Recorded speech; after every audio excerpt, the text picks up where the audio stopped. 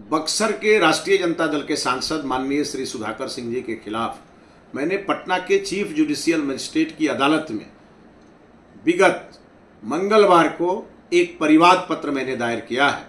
और ये परिवाद पत्र इसलिए दायर किया गया है क्योंकि महागठबंधन नेताओं को एक आदत सी हो गई है लगातार झूठ बोलने की, लगातार फॉल्स स्टेटमेंट देने की। यह काम इन लोगों ने पिछले लोकसभा चुनाव में भी किया।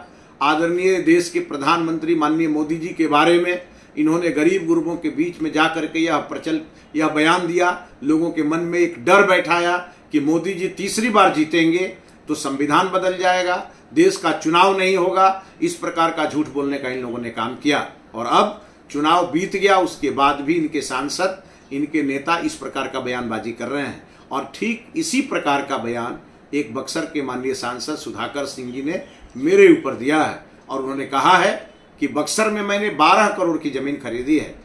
जब यह बयान उनका एक निजी चैनल पर बक्सर में चला, जब मैंने यह बयान सुना तो मैं काफ़ी आहत हुआ, हमारे समर्थक काफ़ी मर्माहत हुए। और तब मैंने उन्हें पिछले 1/10/2024 को अपने विद्वान अधिवक्ता श्री राधेश कुमार शर्मा की ओर से एक लीगल नोटिस भिजवाया। और हमने उसमें कहा कि आपका यह बयान यदि सत्य है तो कृपया मुझे जमीन का लोकेशन बताएं, जमीन का कागज मुझे दें, और अगर यह बयान असत्य है तो आपको सार्वजनिक रूप से माफी मांगनी पड़ेगी। मेरा 1/10/2024 को भेजा हुआ लीगल नोटिस उन्हें 5/10/2024 को भी मिला। साथ में मैंने ईमेल पर भी भेजा था, और लेकिन आज तक उन्होंने कोई जवाब नहीं दिया। तो अंत में मुझे मजबूर होकर के और पटना के चीफ जुडिशियल मजिस्ट्रेट के कोर्ट में परिवाद पत्र दायर करना पड़ा।